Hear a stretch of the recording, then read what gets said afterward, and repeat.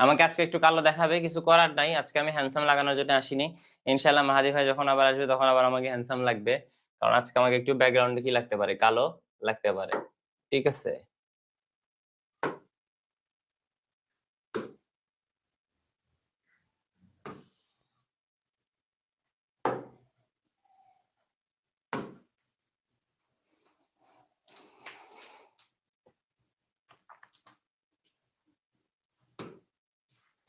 দেখি পিপিটিক্স দেখালে কেমন লাগে জিনিসটা।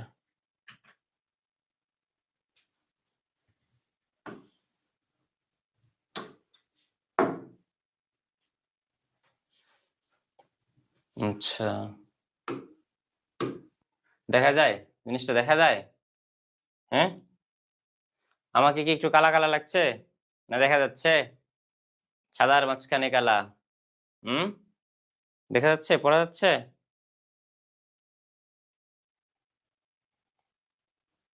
এরকম করেন কি আপনারা ভাই? বুঝলাম না। ভাই ব্রাদার মানুষ আমরা সবাই, তাই না? আপনাদের সকলকে আমি আন্তরিকভাবে ধন্যবাদ জানাচ্ছি। আবারও আমার জন্য এতক্ষণ অপেক্ষা করার জন্য। ঠিক আছে?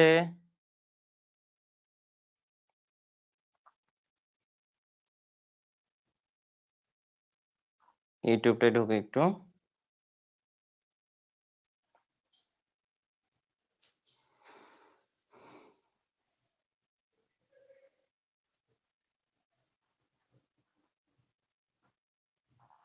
স্ক্রিন দেখা যায় না?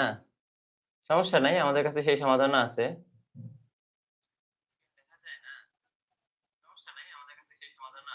সেই সমাধানের নাম হচ্ছে জুম করা। এখন কি দেখা যায়? একপাশে একটু দাঁড়ালাম আমি। বলেন তো দেখতে পাচ্ছেন? এখন কি দেখা যায়? একপাশে একটু দাঁড়ালাম আমি। বলেন তো দেখতে পাচ্ছেন? আচ্ছা ঠিক আছে। সবাই একটা কাজ করেন তো তাহলে বইটা বের করেন। আজকে কি ক্লাস? আজকে C3 কোন ক্লাস আজকে? আজকে হচ্ছে C3 মানে হচ্ছে class number 3 lecture number 5 class number 3 lecture number 5 আপনাদেরকে যে লেকচার দেওয়া হয়েছে সেই লেকচার নাম্বারের 5 নাম্বার লেকচারের সম্পর্কে আপনাদের কি করব আজকে?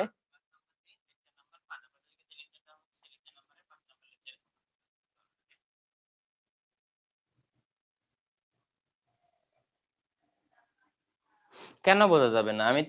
আমিও তো এখানে লাইভই দেখতেছি। মানে আপনাদের লিংক দিয়ে আমি ঢুকছি, হ্যাঁ? ঢুকে অ্যাজ এ স্টুডেন্ট আমি দেখতেছি। বাট আমি তো আমার ফোনে সবকিছু ক্লিয়ারলি দেখতে পাচ্ছি।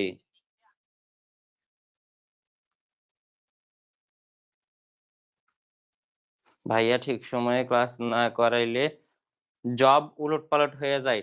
সমস্যা নাই। আপনি যদি স্পেলিং এ এরকম থাকে মারিয়া তাহলে আপনার জব এমনি উলটপালট হবে ইনশাআল্লাহ। কোন চাপ নেই।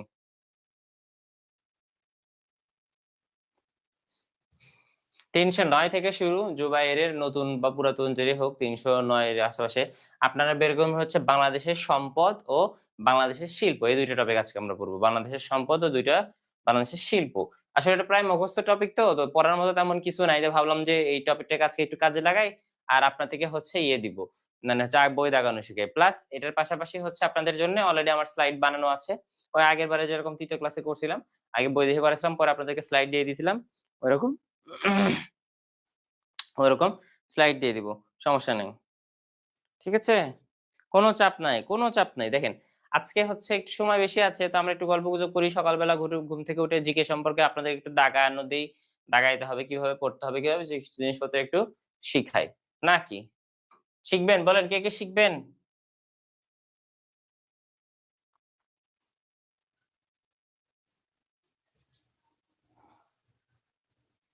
রাজীব গান্ধী ভিডিওটা দেখেন ভাইয়া।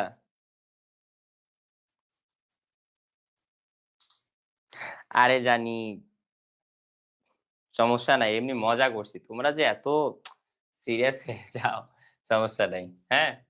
দেখেন কৃষিজ সম্পদ আর হচ্ছে বাংলাদেশের শিল্প। কৃষিজ সম্পদটা হচ্ছে বিষয়টা হচ্ছে যে বাংলাদেশ, বাংলাদেশ কি? বাংলাদেশ হচ্ছে কৃষি নির্ভরশীল দেশ। কি নির্ভরশীল দেশ? কৃষি নির্ভরশীল দেশ। এখন আপনি বলতে পারেন যে ভাইয়া সব জায়গাতে দেখি ব্যবসা-বাণিজ্য এইটা ওইটা সেটা সবকিছু তো করে। তা কৃষি নির্ভরশীল কেমন করে হইল? কৃষি নির্ভরশীল কেমন করে হলো? কৃষি নির্ভরশীল কেমন করে হবে? বাংলাদেশের জনসংখ্যার প্রায় কত শতাংশ? প্রায় ৮০% মানুষ। কত শতাংশ মানুষ? বলেন তো? প্রায় ৮০% মানুষ সরাসরি কিসের উপর নির্ভরশীল করে? কৃষির উপরে নির্ভরশীল থাকে। ঠিক আছে? এখন আপনি আমাকে বলতে পারেন যে ভাই কৃষির উপর নির্ভরশীল কিভাবে হয়? আসলে তো 20% থেকে 23% মানুষ কৃষিকাজ করে সরাসরি এবং বাকি সবাই কি করে? বাকি সবাই কি করে সেই অনুযায়ী করতে থাকে, হ্যাঁ? তো এই ২ টা টপিক আজকে আমরা পড়বো। খুবই ইজি একটা টপিক বাট বেশ কিছু তথ্য আছে যে তথ্যগুলো কি করতে হবে?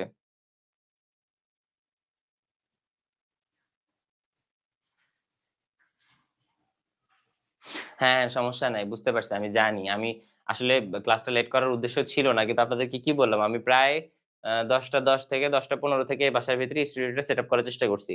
একবার আমি লাইভে চলেই গেছিলাম। কিন্তু লাইভে শুধুমাত্র আমাকে দেখা যায়। মানে ল্যাপটপের স্ক্রিন অন হইছে, বুঝছেন? ক্যামেরাটা আর হচ্ছিল না।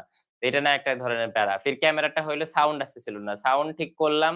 তারপরে পিডিএফ আসতেছিল না। কি যে জ্বালাতনের ভিতরে পড়ছি। আর কালকে ভাইয়া চলে আসবে তো ইনশাআল্লাহ সমস্যা হবে না। কালকে ভাইয়া চলে আসবে বাসা থেকে। স্টুডিওতে চলে আসবে। সমস্যা হবে না। হ্যাঁ? থ্যাংক ইউ আপনাদের সকলকে। আমার দাগানোর টেকনিকটা হচ্ছে আগে আমি বিগত সালের প্রশ্ন পড়ি, হ্যাঁ? আমার যে দাগানোর টেকনিক আপনারা যেহেতু জিজ্ঞেস করেই ফেললেন, তো বলেই ফেলি নাকি? আমার যে দাগানোর টেকনিক, হ্যাঁ? আমি আগে কি করি? বিগত সাল বিগত সালের প্রশ্নগুলো আমি ২ থেকে ৩ বার ২ থেকে ৩ বার খুব ভালোভাবে পড়ি। ২ থেকে ৩ বার ভালোভাবে পড়লে কি হয়? প্রশ্নগুলো কিছু স্পেসিফিক টার্মস আছে, ফ্রেজ আছে বা যেগুলো আমি সম্পর্কে আমি ফ্যামিলিয়ার হয়ে যাই টপিকটা সম্পর্কে, হ্যাঁ? তখন আমি কি করি? তখন আমি আবার ঘুরে আসি। ঘুরে এসে কি করি? এই যে এরকম যে লেখাগুলো দেখা আছে বা যে টপিক গুলো দেওয়া আছে এই টপিক গুলো আমি রিডিং পড়া শুরু করি। পড়তে যখন আমি এরকম কোন একটা লাইন পড়ি যেই লাইনটা প্রিভিয়াস ইয়ার এ কোন কোয়েশ্চেন এ ব্যবহার করা হইছে তখন জিনিসটা হুট করে হয় কি আমার মাথায় ক্যাচ করে যায় যে হ্যাঁ, এটা তো বিগত সালে আসছিল। তার মানে এটা ইম্পোর্টেন্ট। ধরেন এই যে বাংলাদেশের ২য় প্রধান অর্থকরী ফসল কি? পাট। আমি একটা প্রশ্ন আসছিল যে বাংলাদেশের প্রধান অর্থকরী ফসলসমূহ কি, কি? তো প্রধান অর্থকরী ফসল কোনটা? পাট। প্রধান অর্থকরী ফসলসমূহ কি, কি? প্রধান অর্থকরী ফসল কয়টা? এই জিনিসটা অটোমেটিক্যালি আমি যখন মনে করছি যে পাট সম্পর্কে আসছে, প্রধান অর্থকরী ফসল টপিকটা আসছে। তখন এই প্রধান অর্থকরী ফসল রিলেটেড ২-৩ টা জিনিসপত্র আমি পড়ে নিছি। যেমন প্রধান অর্থকরী ফসল, ২য় প্রধান অর্থকরী ফসল, তারপর হচ্ছে যে কয়টা অর্থকরী ফসল আছে, কোন দেশে এক্সপোর্ট হয় না হয়। এই জিনিসগুলো আমি নিজে, নিজে কি করতাম? এক্সপ্লোর করে একটু, একটু করে পড়তাম। জিনিসগুলো আমার ভালো লাগতো। আমি জানতাম, পড়তাম। এইজন্য।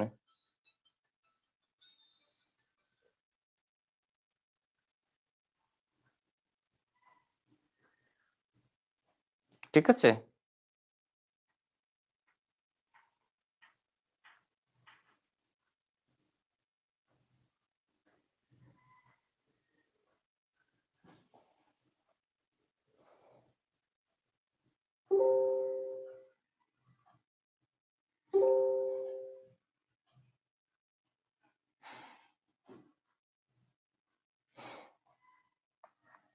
ঠিক আছে, ঠিক আছে। তো আমি এভাবে পড়তাম। তো জিনিসটা হয় কি আপনারা অনেকে মনে করেন যে আসলে বলি আসলে, হ্যাঁ? যেহেতু ১ম দিকে আজকে কোর্সে আর কথা পরে কিন্তু আর কথা বলার সময় পাওয়া যাবে না। আপনাদেরকে বলি সেটা হচ্ছে কি আপনারা অনেক সময় মনে করেন যে হচ্ছে যে আ কোন কিছু খুঁজে বের করতে হলে, পড়তে হলে কোনটা পড়তে হবে, কোনটা পড়তে হবে না। এই জিনিসটা যদি আপনারা নিজেরা খুঁজে বের করেন তাহলে জিনিসটার জন্য আপনার কি হবে? টাইম ওয়েস্ট হবে। এই জিনিসটা আপনার পুরোটাই ভুল। এই জিনিসটা কি? আপনার পুরোটা একটা ভুল। আপনি যত রিসার্চ করবেন, আপনার টপিক গুলো নিয়ে আপনি টপিক গুলো নিয়ে যত গবেষণা করবেন, গবেষণা মানে কবে আসছে, কিভাবে আসছে, এটা কোত্থেকে আসলো, ওটা কোত্থেকে আসলো, কোনটা পড়বো, কোনটা পড়বো না, কোনটা অতিরিক্ত না। এই জিনিসগুলো অটোমেটিক্যালি কি করতে হবে? আপনার ব্রেইনের মধ্যে আপনার এটা সেগমেন্টেশন তৈরি হয়ে যাবে। যখন আপনি পুরোটুকু পড়বেন। আপনাদের রিডিং পড়ার একটাই রিজন আমার। আপনাদের যখন রিডিং পড়তে শুরু করবেন তখন আপনারা নিজে, নিজে ফাইন্ড আউট করতে পারবেন, নিজে, নিজে বুঝতে পারবেন কোনটা ইম্পোর্টেন্ট না, কোনটা অলরেডি একবার পড়ে ফেলছি আর জীবনে পড়ার প্রয়োজন নাই। বাট আপনার যত কিছু পড়ার প্রয়োজন হোক না কেন হলো, আপনার একবার হলেও পড়তে হবে, বুঝছেন? এটা হচ্ছে রিজন। আর আপনি যত বেশি এই জিনিসগুলোর চিন্তা ভাবনা করবেন, আপনার ব্রেইন তত বেশি শার্প হবে। আপনি অটোমেটিক বই খুললেই বুঝতে পারবেন যে কোনটা আসসালামু আলাইকুম। আমি ক্লাসে আছি, আপনার সাথে পরে কথা বলতেছি।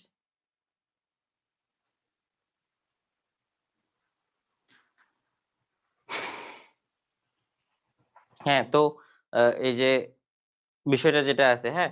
তো এই জিনিসটা আপনাকে পড়তে হবে। আপনার ব্রেইনটা তত শার্প হবে। আপনি টপিক গুলোকে নিজে আপনি অটোমেটিক মাইন্ডে ক্যাটেগরাইজ করতে পারবেন।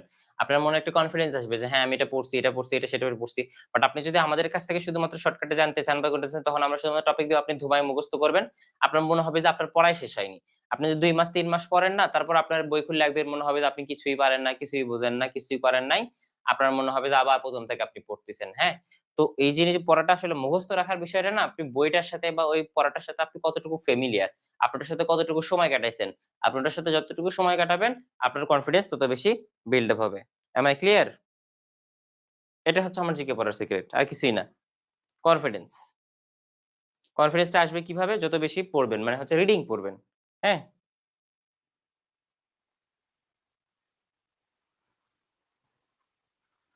হ্যাঁ, আরেকটা বিষয় হচ্ছে কি আপনারা যদি এরকম করে সবসময় আমাদেরকে টপিক বা অনেকে বলেন যে ভাই আমাকে ইনবক্সে বলেন যে ভাই আমাকে হচ্ছে টপিক সাজেশন দিয়ে দেন। কোন টপিক পড়বো এটা পড়বো সেটা দেখেন প্রত্যেকটা টপিকই হচ্ছে একটা টপিক কি হচ্ছে আরেকটা টপিকের সাথে ইন্টার কানেক্টেড থাকে। ঠিক আছে? তো আপনি যদি নিজে জিনিসটা সর্ট আউট না করে আমার থেকে হ্যাঁ, আমি আপনাকে বলতে পারবো। আমি আপনাকে ৩০ টা টপিক বা ১০ টা টপিক বা বাংলা, ইংরেজি, জিকে ৩ টা মিলে ১০ টা ৩০ টা টপিক আমি দিয়ে দিব। আপনি যদি চোখ অন্ধ ওই যে ওই যে 'থ্রি ইডিয়টস' এর মতো ওই যে কি যেন বলে? সাইলেন্সারের মতো যদি আপনি পড়েন, সাইলেন্সারের মতো যদি একদম ঠাডায় মুখস্থ করেন ১০ টা টপিক তাহলে ইনশাআল্লাহ আপনি চান্স পেয়ে যাবেন, অসুবিধা নাই। বাট ওটা করে আপনি সিরিয়াল পাবেন না। পাবেন সাবজেক্ট এটা দর্শন, পালি পাবেন। তারপর হচ্ছে আপনি কি ইসলামী ইতিহাস, সংস্কৃতি পাবেন, ফার্সি পাবেন। এই সাবজেক্ট গুলো পাবেন, অসুবিধা নাই। টপিক সিলেক্ট করে পড়লে যদি একদম খুব ভালোভাবে মুখস্থ করে যান। ঠিক আছে? বুঝতে পারছেন আমার কথা?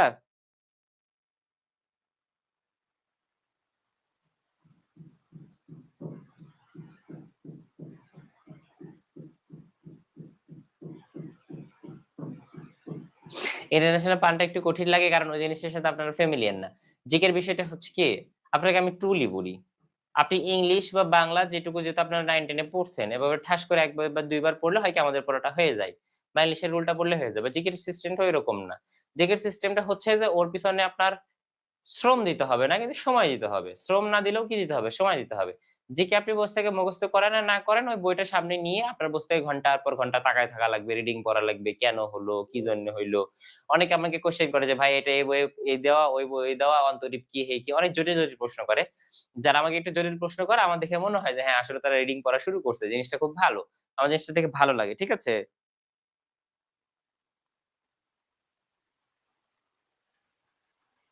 ভাই রাহামনি লিখছে নিজে একটু কষ্ট করে পড়ি। অবশ্যই। পড়াশোনা আপনাদের নিজের দিকেই পড়তে হবে। আপনি চান্স পাইলে বা না পাইলে আমার কোনো উপকার হবে না, কিছুই হবে না। আপনি যদি সর্বোচ্চ চান্স পান হয়তো আপনার একটা ছবি আমাদের গ্রুপে যাবে। হয়তো আপনি আমাকে একটু যদি খুব ভালো হয় তাহলে হয়তো সর্বোচ্চ একটু মিষ্টি খাওয়াইতে পারেন। এর বাহিরে তো আপনার সাথে আমার কোনো ধরনের কানেকশন হবে না বা সম্পর্কও হবে না। হ্যাঁ? আপনাদের জীবন, আপনাদের বিশ্ববিদ্যালয়ে চান্স, আপনাদের সিট সবকিছুই আপনাদের হাতে। আমরা শুধুমাত্র আপনাদেরকে একটা প্রপার ওয়ে দেখাতে পারবো। হ্যাঁ? আমি আপনাদেরকে মিথ্যা আশা দিতে চাই না যে এটা হইছে, সেটা হইছে, এটা এই কয়টা টপিক পড়লেই চান্স সিওর, এই কাটমার্ক তুললেই চান্স সিওর। এগুলো পুরোটাই ভুয়া কথা, বুঝছেন? আমি এটাই বিশ্বাস করি বা টেকনিক্যালি আপনাদের সাথে অনেক সময় রাফ বিহেভ করি বা ইয়ে করি, ভালো কথাবার্তা বলি। আপনাদেরকে আসলে বুঝানোর জন্য যে লাইফটা তো আসলে সোজা না, হ্যাঁ? আপনি কাটমার্কের টার্গেটে কখনো পড়াশোনা করবেন না।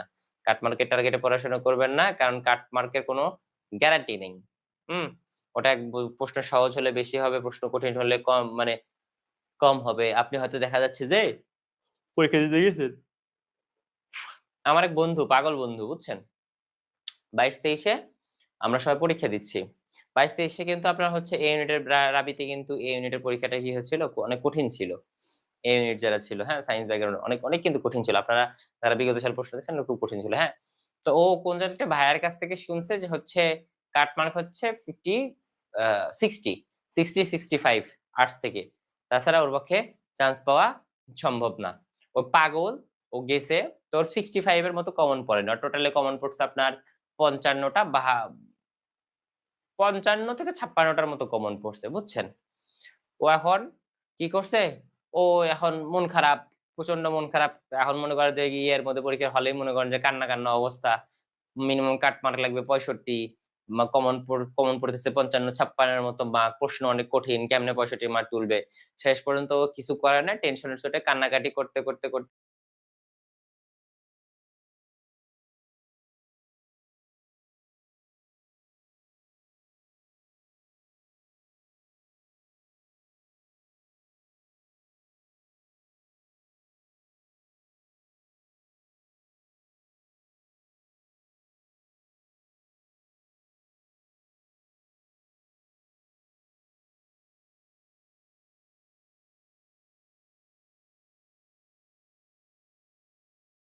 করতে 56টাই ওর কমন ছিল, বুঝছেন?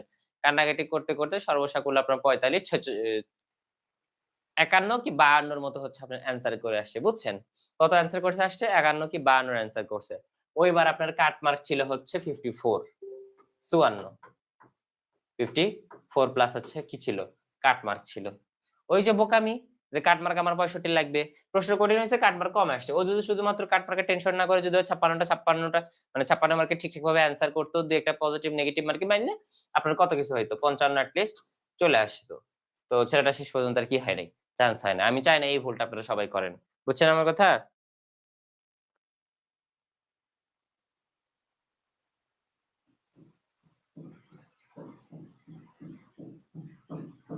বুঝছেন আমার কথা? তো এরকম বোকামিটা আসলে করা যাবে না। বুঝতে পারেন আমার কথা? দেখেন ও যদি শুধুমাত্র ওই টেনশন না করতো যে ৬৫ আমার তুলতে হবে। তা না করে শুধুমাত্র যা পড়ছিল সেটাই যদি ঠিকঠাকভাবে প্রশ্নের অ্যান্সার করে দিয়ে আসছে তাহলে কিন্তু চান্স হয়ে যেত। এখন আপনাকে একটা বলি, প্রশ্ন আপনার জন্য কঠিন মানে সবার জন্য কঠিন। হ্যাঁ? প্রশ্ন যদি আপনার জন্য সহজ হয়, আপনার যদি প্রিপারেশন ভালো থাকে, তারপরে যদি প্রশ্ন আপনার জন্য কঠিন হয়, তাহলে আপনার জন্য ভালো জিনিসটা। কারণ কি? আপনার কম্পিটিশন কম। প্রশ্ন যত কঠিন হবে কম্পিটিশন তত কম হবে। আপনার যদি বেসিক পড়া থাকে আপনি কি করবেন? মার্ক কম পাবেন কিন্তু আপনি চান্স পাবেন। ঠিক আছে? ঠিক আছে? আমার কথা বুঝতে পেরেছেন? ঠিক আছে। তাহলে আমরা আজকে কি করি? আজকের পড়াশোনায় ফিরে আসি। আর কারো কোনো প্রশ্ন আছে?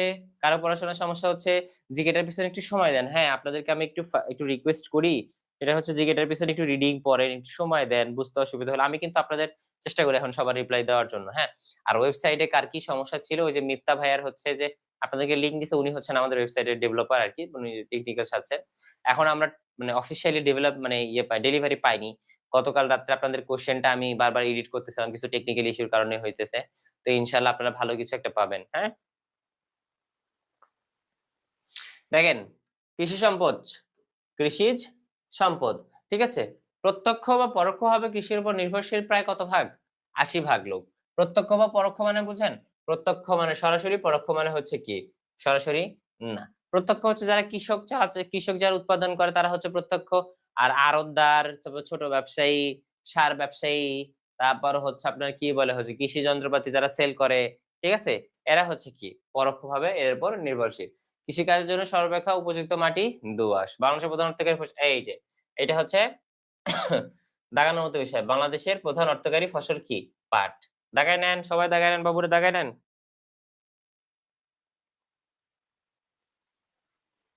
ফুয়াদ ইসলাম ফুয়াদ বলছে একটা কোয়েশ্চেন আছে। বলেন তো ভাইয়া কোয়েশ্চেনটা কি? ছোট করে একটু টাইপ করে দেন। হ্যাঁ? টাইপ করে রাখেন আমি অ্যান্সার করতেছি। হ্যাঁ? শস্য ভান্ডার বলা হয় কোন জেলাকে বলেন তো? বরিশাল জেলাকে। বলেন তো মনে আছে? শস্য ভান্ডার বলা হয়, রুটির ঝুড়ি বলা হয়। এই জিনিসগুলো ইম্পোর্টেন্ট না? কোথাও না কোথাও পড়ছেন কিন্তু। আপনার ব্রেইনের মধ্যে কিন্তু অটোমেটিক্যালি চলে আসছে। যে শস্য ভান্ডার, রুটির ঝুড়ি, বাংলার ভেনিস এই জিনিসগুলো ইম্পোর্টেন্ট। এই জিনিসগুলো কি হচ্ছে? বিগত সালে কোথাও ওদের পরীক্ষায় কোথাও না কোথাও আসছে। তো আমরা কি করব? এই জিনিসটা আমরা দাগাবো। ঠিক আছে? এই জিনিসটা আমরা কি করব? দাগাবো। দেখা যায়? হচ্ছে দেখা যায়? বোর্ডের ব্রাইটনেস টা একটু কমায় দিব? আচ্ছা ঠিক আছে, একটু চেষ্টা করে দেখছি। এখন একটু ক্লিন দেখা যায়?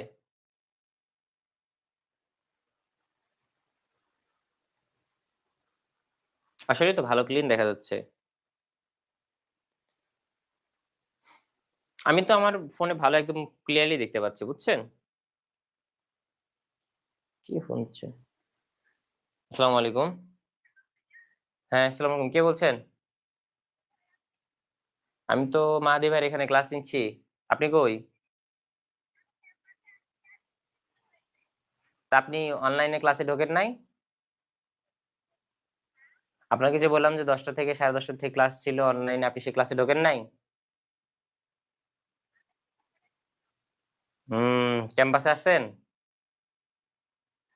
আচ্ছা, ক্লাস নিতে আধা ঘন্টা ওয়েট করতে পারবেন?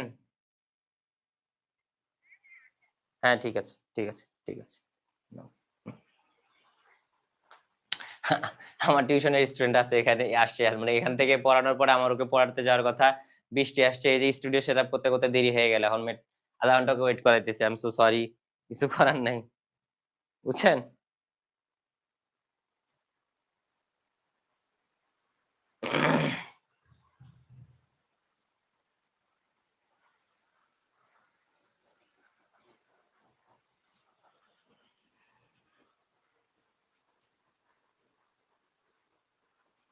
ঠিক আছে? ঠিক আছে?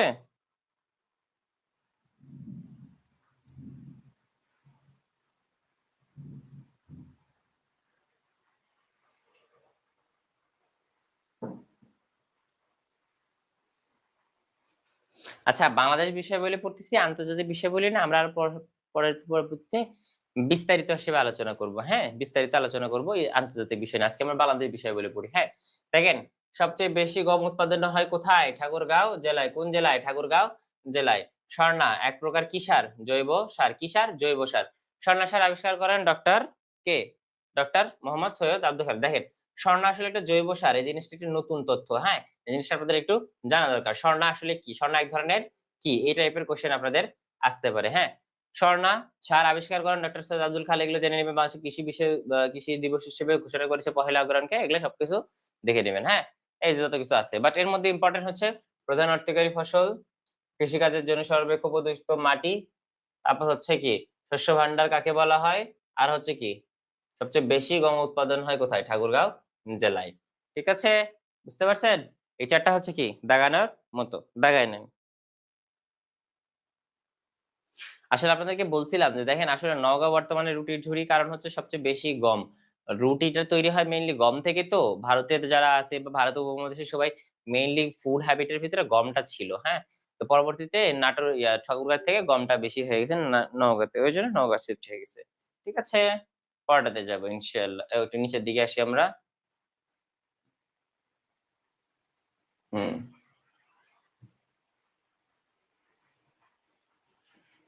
দেখেন আণবিক কৃষি গবেষণা, বিনা। আণবিক কৃষি গবেষণা এই যে বিভিন্ন প্রতিষ্ঠানের নাম। প্রতিষ্ঠানের নাম আণবিক কৃষি গবেষণা প্রতিষ্ঠান বিনা প্রতিষ্ঠিত হয় কত সালে? ১৯৭২ সালে। আণবিক কৃষি গবেষণা প্রতিষ্ঠানের কাজ হচ্ছে হাইব্রিড জাত থেকে শুরু করে যত জাতের আছে, কি বলে? আপনার ফসল আছে সেই ফসলগুলি কি করা? নতুন করে উৎপাদনক্ষম করে তোলা। ঠিক আছে? কি করা? নতুন করে উৎপাদনক্ষম করে তোলা।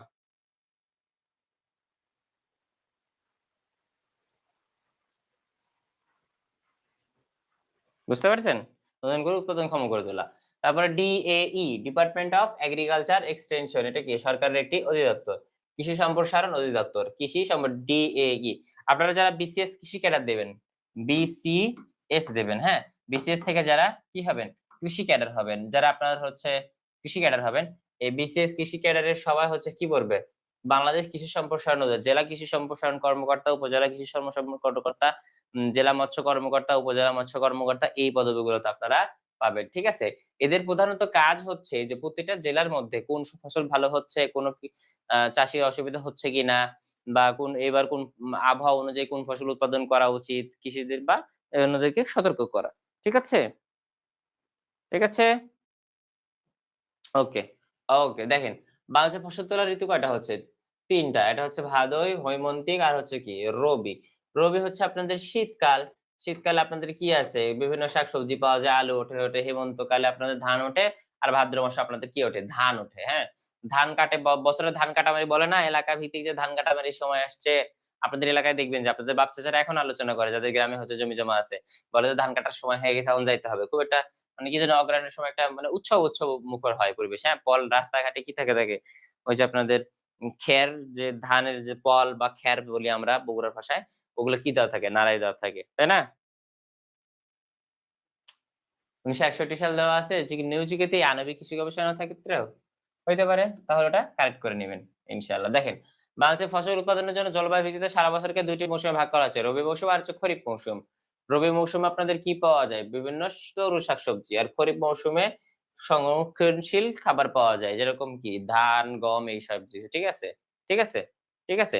চৈত্র থেকে ভাদ্র মাস পর্যন্ত সময়কালকে খরিফ মৌসুম বলে। আর রবি মৌসুম আশ্বিন থেকে ফাল্গুন পর্যন্ত। রবি মৌসুম আশ্বিন থেকে ফাল্গুন পর্যন্ত। আশ্বিন থেকে ফাল্গুন পর্যন্ত সময়কালকে রবি মৌসুম বলে। এই সময় শস্য বা ফসলকে রবি শস্য বা রবি বলা হয়। ঠিক আছে? রবি শস্য বলতে বোঝায় শীতকালীন শস্য আর খরিফ শস্য বলতে কি বোঝায়? যে গ্রীষ্মকালীন শস্য। রবি শস্য হচ্ছে শীতকালীন, খরিফ শস্য হচ্ছে কি? গ্রীষ্মকালীন। ঠিক আছে? এই পর্যন্ত বোঝা যায়? অসুবিধা একটু মানে টার্ম গুলো একটু জটিল। মনে হয় আপনাদের কারো মাথার উপর দিয়ে গেছে। বোঝা যায় কিনা আমাকে জানান। ঠিক আছে? বোঝা যায়? বলেন দ্রুত যান, একটু পানি খেয়ে নি। হ্যাঁ বলেন, দ্রুত বলেন, বোঝা যায় কিনা? কি হয়েছে কিটি? কিটি তো ক্ষুধা লাগছে।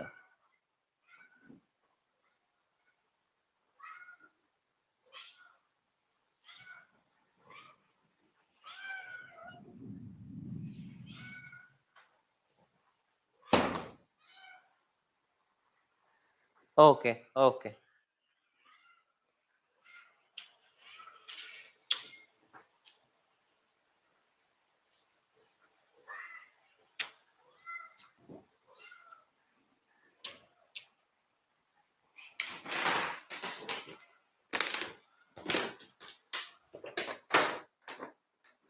এই বিড়াল, খাবার দিচ্ছি তো, দাঁড়াও।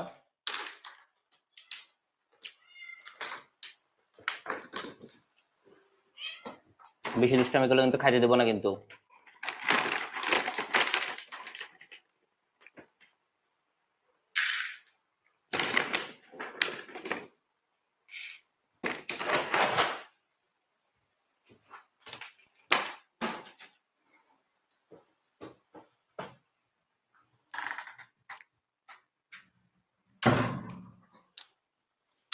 আসলে ভাইয়া বাসায় নাই তো, কিটিকে আমারই খাবার দিতে হয়। ও অনেকক্ষণ ধরে দাদার কাছে চিল্লাচিল্লি করতেছিল খাবারের জন্য। ঠিক আছে, এর মধ্যে ক্লিয়ার ইনশাল্লাহ। পরটাতে আমরা চলে যাই। ঠিক আছে, পরটাতে দেখেন, ধান সম্পদ। ধান একটা বিপুল সম্পদ, কারণ কি আমাদের খাদ্যর, কাদের খাদ্যর? আমাদের খাদ্যর।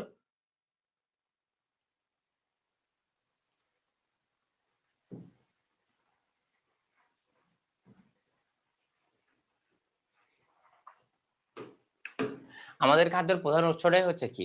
ভাত বা ধান। ধান থেকে উৎপাদন হয়, চাল উৎপাদন হয়, চাল থেকে মুড়ি, খই তৈ থেকে শুরু করে সবকিছুই কি পাওয়া যায়? ধান থেকে পাওয়া যায়। ঠিক আছে, বাংলাদেশের প্রধান খাদ্যশস্য হচ্ছে কি? ধান। আর আপনারা ভাবেন যে সারা পৃথিবীর সবাই কি ভাত খায়? না, সব জায়গায় প্রধান খাদ্যশস্য কিন্তু ধান না। যেরকম ভারতের বেশ কিছু অঞ্চলে কি খায়? শুধুমাত্র আপনাদের কি খায়? আটা খায়। আটাটা হচ্ছে যে প্রধান মেনু ক্ষেত্রে। তারপর কিছু জায়গায় কি খায়? গম। গম দিয়ে রুটি খায়। ঠিক আছে, আলু, কোনো জায়গায় হচ্ছে আলু প্রধান খাদ্য। আলু মেইন ডিশ হিসেবে ইউজ করে, তার সাথে অন্যান্য তরকারি বা অন্য কিছু খায়। ঠিক আছে, বাংলাদেশে সবচেয়ে বেশি উৎপাদিত হয় কোন ধান বলেন তো? বোরো ধান। কোন ধান? বোরো ধান। বোরো ধানটা হচ্ছে আপনাদের একটু মোটা চাল হয়। চাল, যে আমরা যে চালগুলো খাই তার মধ্যে মোটামুটি যেটা একটু মোটা টাইপের হয় সেটা হচ্ছে আপনাদের কি বোরো।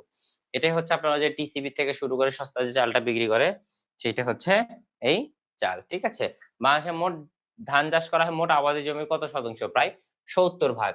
মানে যত জমি টোটাল 100%, 100 বিঘা যদি জমি থাকে তার মধ্যে 70 বিঘাতে ধান চাষ করা হয়, 30 বিঘাতে অন্যান্য তরকারি চাষ করে। বুঝতে পারছেন আমার কথা? হুম। হ্যাঁ, এই যে দেখেন, ইরাটম। ইরাটম হলো বাংলাদেশের একটি উন্নত মানের ধান। কি ধান? কি নাম? ইরাটম। লিখে নেন, এটা খুবই গুরুত্বপূর্ণ। ইরাটম কি? এটা একবার পরীক্ষায় আসছিল। বলেন তো কত সালে পরীক্ষায় আসছিল? বলেন তো।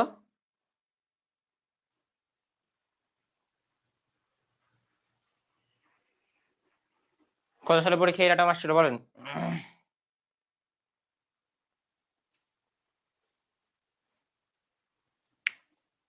তো ইরাটমটা আসলে কি? এটা হচ্ছে সমস্যা। দেখেন, ইরাটম কি, সোনালিকা কি, আকবর কি, বৃষাইল কি, বাংলামতি কি?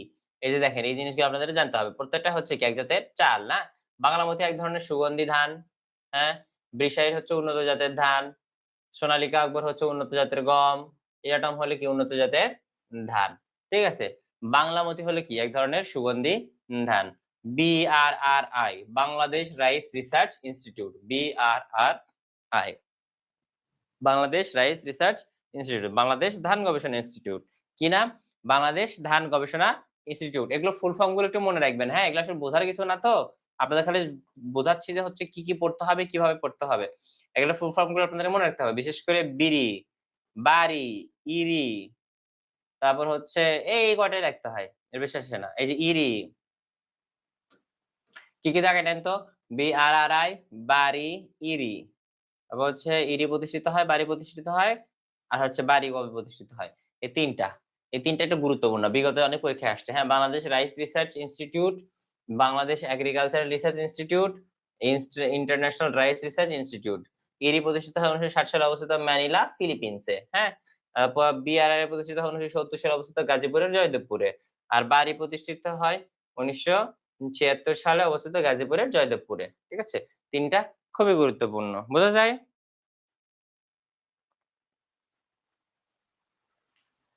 দেখেন এই যে পার্সেন্টেজ বা এটা একটু পার্থক্য হয়। কোথাও এখন দেখেন জমি তো আর কমে না। ৭০% যে জমি ছিল সেই জমি কি ছিল? না। এখন জমি হয়ে গেছে ৬০%, উৎপাদন হয়ে গেছে ৮০%। কিছু করার আছে। অর্থনৈতিক সমীক্ষা যা বলবে তখন আপনাদেরকে আমি আপডেট দিয়ে দিব। হ্যাঁ? এখন সবসময় তো আপ টু ডেট নিউজ একদম আপনি পাবেন না। হ্যাঁ? It's not possible. It's not work like that. ঠিক আছে? তারপরে দেখেন নিচে আসি আমরা। দেখা যায়? এই যে বাড়ি অবস্থিত গাজীপুরের জয়দেবপুর। এই যে বাড়ি এটা। হ্যাঁ? কি এটা? বাড়ি এইটা। দেখছেন? সুন্দর না দেখতে? বাড়ি অবস্থিত জয়দেবপুর, গাজীপুরের জয়দেবপুর আর এটা হচ্ছে কি ফিলিপাইন্সের ম্যানিলাতে। দেখেন বিবি যেগুলা আছে, বিবি লেখা যেগুলা আছে, বাংলাদেশ ফার্স্টে, এগুলো বাংলাদেশে অবস্থিত গাজীপুরের জয়দেবপুরে। আর আইজের সেটা হচ্ছে ইন্টারন্যাশনাল, এটা কোথায়? ফিলিপিন্সে। ঠিক আছে? দেখেন পাট সম্পদ। সোনালী আঁশ বলা হয় কাকে? পাটকে। এটা দাগানোর বিষয়। বাংলাদেশের প্রধান উৎপাদনকারী ফসল কি হচ্ছে? পাট বা জুট। ঠিক আছে? বাংলাদেশের পাট গবেষণা ইনস্টিটিউট প্রতিষ্ঠিত হয় কত সালে? ১৯৫১ সালে। গুরুত্বপূর্ণ জিনিস। বাংলাদেশের কাঠ গবেষণা ইনস্টিটিউট অবস্থিত ঢাকা শেরেবাংলা নগরে মানিক মিয়া এভিনিউ। লাগবে না। বাংলাদেশের পাট গবেষণা বোর্ড অবস্থিত মানিকগঞ্জে। জুটন হলো ৭০ ভাগ পাট ও ৩৩ ভাগ তুলনায় সংমিশ্রণ তৈরি এক প্রকার বস্ত্র। এই যে জুটান। জুটান কি? দেখেন কাপড় একটা আছে, হ্যাঁ? এক জাতের কাপড় আছে যে কাপড়ের নাম হচ্ছে কি? এক জাতের কাপড় আছে যে কাপড়ের নাম হচ্ছে কি? জুটন।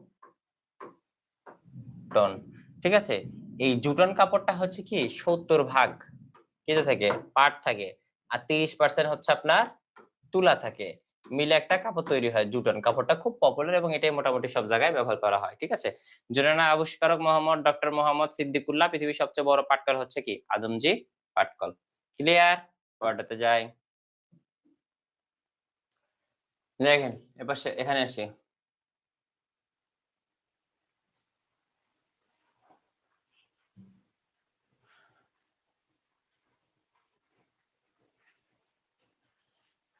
এই যে আদমজী পাটকল বন্ধ হয়ে যায় কত সালে? ৩০ জুন ২০০২ সাল। আদমজী পাটকলটা হচ্ছে আপনার খুবই সুন্দর একটা পাটকল। খুলনা খালিশপুরের আশেপাশে অবস্থিত সম্ভবত। তো পাটকলটা আমার আপু থাকতো খুলনাতে তো। তো সেই সূত্রে আমার একটু পাটকলের ভিতরে গেছিলাম। এত সুন্দর একটা বিশাল একটা জায়গা, এত ফ্যাক্টরি, এত জিনিসপত্র সবকিছু কি হচ্ছে? পড়ে ওয়েস্ট হচ্ছে। ঠিক আছে? পড়ে কি হচ্ছে? ওয়েস্ট হচ্ছে। ঠিক আছে? দেখেন পাট বেশি জন্মে কোথায়? ফরিদপুরে। কোথায় জন্মে পাট বেশি?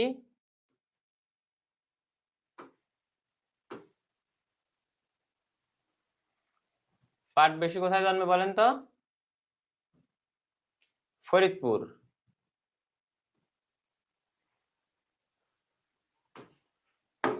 পাট বেশি জন্মে কোথায়? ফরিদপুর। আন্তর্জাতিক পাট সংস্থার নাম হচ্ছে আইজিও, ইন্টারন্যাশনাল জুট অর্গানাইজেশন। লাগবে না এগুলা। পাট বেশি জন্মে ফরিদপুর। পাট উৎপাদনে ১ নাম্বার কোনটা দেশ? ফরিদপুর, এরকম টাইপের প্রশ্ন আসবে। এর বাইরে আসবে না। হ্যাঁ? পাট উৎপাদনে বাংলাদেশের বিশ্বে ১ম হচ্ছে ভারত, এটা একটা আসতে পারে। পাট উৎপাদনে রপ্তানিতে শীর্ষ দেশ বাংলাদেশ, এটা আসতে পারে। ঠিক আছে? ড্যান্ডি শহরটি অবস্থিত কোথায়? স্কটল্যান্ডে। প্রাচ্যের ড্যান্ডি বলা হয় কাকে? নারায়ণগঞ্জকে। এই যে ডেন্ডি শহরটা আছে এবং সে কারণে কি বলা হয়? প্রাচ্যের ডেন্ডি বলা হয়। আন্তর্জাতিক, ঠিক আছে? ঠিক আছে? পাটের কৃষি পণ্য, পাটের জীবন রহস্য উন্মোচন করেন ডক্টর মাকসুদুল আলম। খুবই গুরুত্বপূর্ণ, খুবই গুরুত্বপূর্ণ। জীবন রহস্য মানে হচ্ছে পাটের জিনোম সিকোয়েন্স। পাটের কি সিকোয়েন্স? Genome sequence. ঠিক আছে? হুম? ঠিক আছে? পাট থেকে পচনশীল পলিমার তৈরি করে ব্যাগ উৎপাদন করেন কে? শুধুমাত্র মোবারক হোসেন। হ্যাঁ? মোবারক হোসেন। এই ২ টি কি করা? খুবই গুরুত্বপূর্ণ। পাটের জীবন রহস্য উৎপাদন আর হচ্ছে পাট থেকে পচনশীল পলিমার তৈরি। এই ২ টা গুরুত্বপূর্ণ। ঠিক আছে? কারণ কি? বিগত সালে অবশ্যই আসছে। এজন্য আপনার কি করতে হবে? জিনিসটা পড়তে হবে। বুঝতে পারছেন?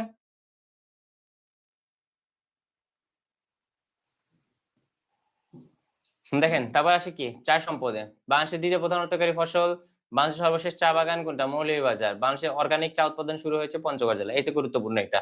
Organic, organic. এই যে এই জিনিসগুলো আজকাল টার্মস গুলো একটু বেশি ইম্পোর্টেন্ট। কি টার্মস? এই যে অর্গানিক, সর্বশেষ, সর্বপ্রথম, অর্গানিক চা বাগান উৎপাদন শুরু হয়েছে পঞ্চগড়ে। বাংলাদেশের সর্বপ্রথম চা চাষ শুরু হয় ১৮৪০। লাগবে না। বাংলাদেশের পৃথিবীতে প্রথম চাষ শুরু হয় ১৮৫৭। লাগবে না। বাংলাদেশের প্রথম চা বাগান, এই যে এটা লাগবে। বাংলাদেশের প্রথম চা বাগান কোনটা? সিলেটের মালনীছড়া। সবচেয়ে বেশি চা জন্মে মৌলভীবাজার জেলা। দ্বিতীয় চা উৎপাদনকারী জেলা হবিগঞ্জ। লাগবে না। বাংলাদেশের চা গবেষণা ইনস্টিটিউট, এই যে এটা লাগবে। বাংলাদেশের চা গবেষণা ইনস্টিটিউট কোথায় অবস্থিত? শ্রীমঙ্গল, মৌলভীবাজারে। হ্যাঁ? চা এর আদি নাম হচ্ছে কি? চীন, এগুলো আসে না। বাংলাদেশের মোট চা বাগান কত? 168টা। এই তথ্যটা আপনারা একটু মুখস্থ রাখবেন। কোন জেলায় কয়টা চা বাগান আছে এটা আমি জানি না। বাট পরীক্ষায় দেয়। কোন জেলায় কয়টা আছে, কোন জেলায় না আছে এই জিনিসটা কি দেয়? পরীক্ষাতে দেয়। ঠিক আছে? বোঝা যায়? ক্লিয়ার কিনা? ক্লিয়ার কিনা জানান। বলেন, বলেন। বুঝতে পারতেছেন? দাগানোটা বুঝতে পারতেছেন? পড়াটা বুঝতে পারতেছেন? হয়তো ২ টা আরো বাড়ছে। কেন? আমি যদি আজকে যে এখন একটা নতুন একটা চা বাগান দেই, কালকে সকালে উঠে কি ১৭১ টা হবে না? বলেন। নেন বাদ দিলাম। এখানে হচ্ছে ১৭০। আপনাদের সাকিব ভাই ৫ বছর পরে ৫ টা চা বাগান খুলবে তখন হবে কত? ১৭৫। আপনার যখন টাকা হবে তখন আপনি আরো ৫ টা খুললে তখন হবে কত? ১৮০ টা। সংখ্যাটা গুরুত্ব না। কোন জেলায় কয়টা আছে এটা গুরুত্ব। ঠিক আছে? এটা একটু গুরুত্ব করে ভালোভাবে পড়ে নিবেন। ঠিক আছে ভাইয়া? জানতে বুঝতে পারছেন কিনা? বুঝতে পারছেন কিনা? সবাই একসাথে? বুঝলাম না, সবাই একসাথে বলেন। ওকে। ঠিক আছে। নোট-টোট আপনারা গত ক্লাসে আমি নোট সাবমিট করতে বলছিলাম, নোট সাবমিট করেন নাই ঠিকঠাক মতো। খুবই বাজে একটা কাজ করছেন। আমার খুবই মন খারাপ হইছে এগুলো নিয়ে। জুম ইন করি। রেশম বেশি উৎপন্ন হয় কোথায়? চাঁপাইনবাবগঞ্জে। কোথায় উৎপাদন হয় রেশম বেশি? চাঁপাইনবাবগঞ্জে। বাংলাদেশের রেশম বোর্ড অবস্থিত রাজশাহীতে। তামাক জন্ম বেশি কুষ্টিয়া জেলায়। ইক্ষু গবেষণা ইনস্টিটিউট কেন্দ্র কোথায়? ঈশ্বরদী। ইক্ষু মানে বোঝেন? ওই যে ছোট গোল, গোল পাওয়া যায় না মাটিতে হয় ওদের বলা হয় ইক্ষু গবেষণা। হ্যাঁ?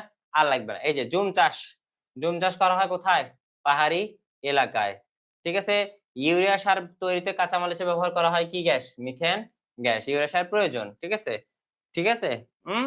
বাঁশের রেশমগুটি চাষ বিষয়ে চাঁপাইনবাবগঞ্জে বাঁশের চিনি শিল্প এই যে ফুলের রানী বলা হয়। এই যে ফুলের রানী বলা হয় কোথাকে? ফুলের রাজধানী, সরি। ফুলের রাজধানী বলা হয় কাকে? ফুলের ফুলের রাজধানী বলা হয় যশোরের চিকরগাছা উপজেলার গদখালীকে। ঠিক আছে? রাবার চাষের জন্য বিখ্যাত স্থান কক্সবাজারের রামু। কিছু এক্সপেনসিভ বা কিছু কি আছে? আলাদা, আলাদা এরিয়া আছে। ঠিক আছে?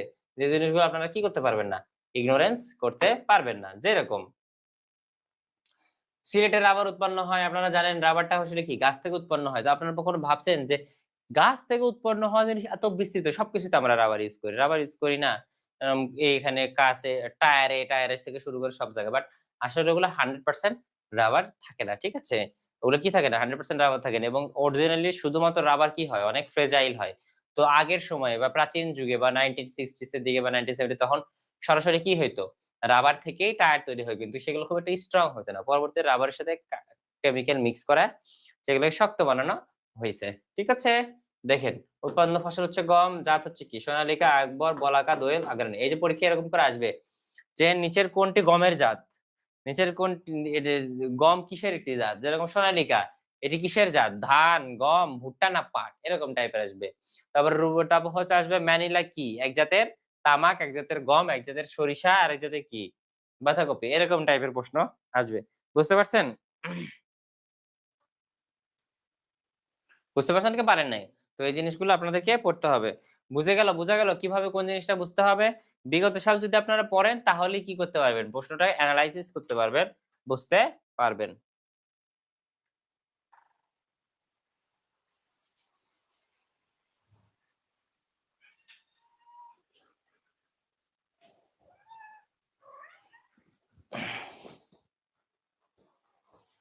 আপনারা জিনিসটা কি করতে পারবেন? এনালাইসিস করতে পারবেন আর হচ্ছে কি করতে পারবেন? বুঝতে পারবেন। তো এই জিনিসটা যে বোঝার বিষয়টা আছে, হ্যাঁ? এই জিনিসটাতে বোঝার বিষয়টা যে আছে তো আপনারা এটুকু